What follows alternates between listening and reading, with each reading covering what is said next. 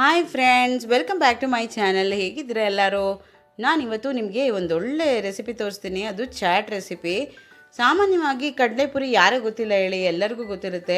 ಚಿಕ್ಕವರಿಂದ ಹಿಡಿದು ದೊಡ್ಡವ್ರ ತನಕನೂ ಎಲ್ಲರೂ ಕಡಲೆಪುರಿ ತಿಂದೇ ಇರ್ತೀರಾ. ಬೇಲ್ಪುರಿ ತಿಂದಿರ್ತೀರಾ ಅಥವಾ ಏನಾದರೂ ಚುರುಮುರಿ ತಿಂದಿರ್ತೀರಾ. ನಾನಿವತ್ತು ಮಂಗಳೂರು ಶೈಲಿ ಚುರುಮುರಿ ಹೇಗೆ ಮಾಡೋದು ಮನೆಯಲ್ಲೇ ಸುಲಭವಾಗಿ ತೋರಿಸ್ತಾ ಇದ್ದೀನಿ ನೋಡಿ.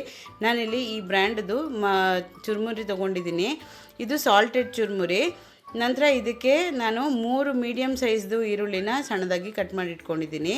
ಒಂದೇ ಒಂದು ಟೊಮೆಟೊನ ಸಣ್ಣದಾಗಿ ಕಟ್ ಮಾಡಿ ಇಟ್ಕೊಂಡಿದ್ದೀನಿ. ಇದು ಆಪ್ಷನಲ್ಲು, ಇಷ್ಟ ಇಲ್ದಿರೋರು ಟೊಮೆಟೊನ ಸ್ಕಿಪ್ ಕೂಡ ಮಾಡ್ಬೋದು. ನಂತರ ಕ್ಯಾರೆಟ್ನ ತುರಿದಿಟ್ಕೊಂಡಿದ್ದೀನಿ. ಒಂದು ಕ್ಯಾರೆಟ್ ತುರಿದಿಟ್ಕೊಂಡಿದ್ದೀನಿ, ಒಂದು ಮಾವಿನಕಾಯಿನ ತುರಿದಿಟ್ಕೊಂಡಿದ್ದೀನಿ. ನಂತರ ಇಲ್ಲಿ ಸ್ವಲ್ಪ ಕೊತ್ತಂಬರಿ ಸೊಪ್ಪು ಹೆಚ್ಚಿಟ್ಕೊಂಡಿದ್ದೀನಿ.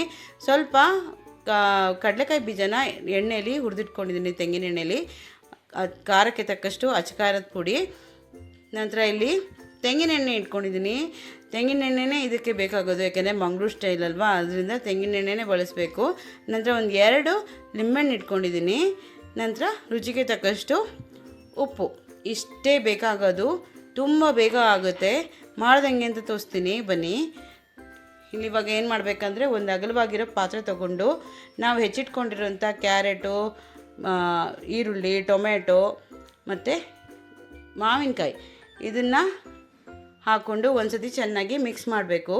ಚೆನ್ನಾಗಿ ಒಂದು ಸತಿ ಒಂದಕ್ಕೊಂದು ಬೆರೆಯೋ ಥರ ಮಿಕ್ಸ್ ಮಾಡಿಬಿಟ್ಟು, ಇವಾಗ ಎಣ್ಣೆಯಲ್ಲಿ ಹುರಿದಿರೋ ಕಡಲೆಕಾಯಿ ಬೀಜನ ಹಾಕ್ಬಿಟ್ಟು ಚೆನ್ನಾಗಿ ಮಿಕ್ಸ್ ಮಾಡಬೇಕು.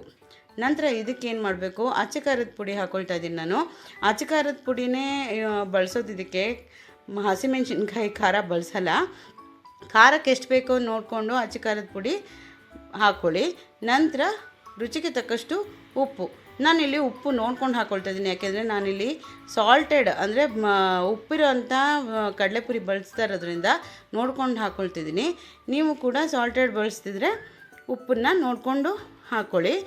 ನಂತರ ಇದಕ್ಕೆ ಲಿಂಬೆಹಣ್ಣನ್ನ ಹಿಂಡ್ಕೋಬೇಕು. ಈ ಸ್ಟೇಜಲ್ಲಿ 4 ಕಡಿ ಲಿಂಬೆಹಣ್ಣು ಹಿಂಡ್ತಾ ಇರೋದು ನಾನು. ನಂತರ ಎಣ್ಣೆ ಹಾಕ್ಕೋಬೇಕು. ತೆಂಗಿನ ಎಣ್ಣೆ ಒಂದು 4ರಿಂದ 5 ಟೀ ಸ್ಪೂನು ತೆಂಗಿನ ಎಣ್ಣೆ ಹಾಕ್ಕೊಂಡು ಇದನ್ನು ಚೆನ್ನಾಗಿ ಮಿಕ್ಸ್ ಮಾಡಬೇಕು. ಈ ಮಸಾಲೆನೇ ಮೇಯ್ನ್, ಇದಕ್ಕೆ ತುಂಬ ಚೆನ್ನಾಗಿರುತ್ತೆ ಈ ಮಸಾಲೆ. ಇದಕ್ಕೆ ಈಗ ಇದ್ರ ಜೊತೆಗೇ ಕೊತ್ತಂಬರಿ ಸೊಪ್ಪು ಕೂಡ ಹಾಕ್ಕೊಂಡು ಚೆನ್ನಾಗಿ ಮಿಕ್ಸ್ ಮಾಡಬೇಕು. ಘಮ ಘಮ ಅಂತ ಇರುತ್ತೆ ಗೊತ್ತಾ, ತುಂಬ ಚೆನ್ನಾಗಿರುತ್ತೆ.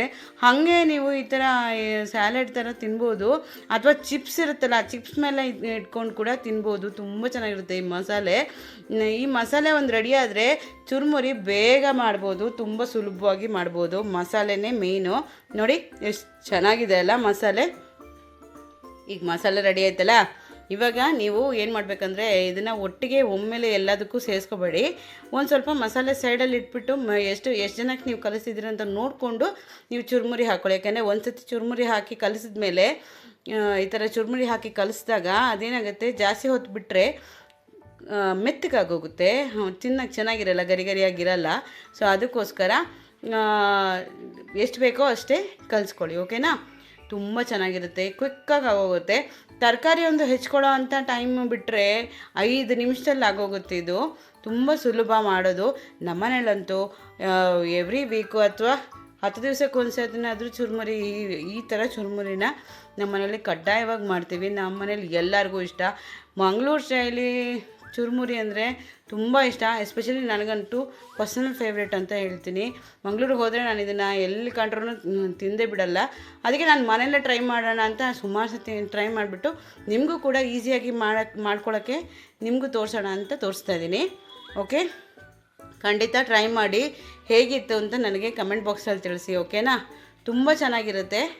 ಓಕೆ, ಮತ್ತೆ ಇನ್ನೊಂದು ಹೊಸ ರೆಸಿಪಿ ಜೊತೆ ಮತ್ತೆ ಸಿಗ್ತೀನಿ. Until then take care, bye, see you, thank you.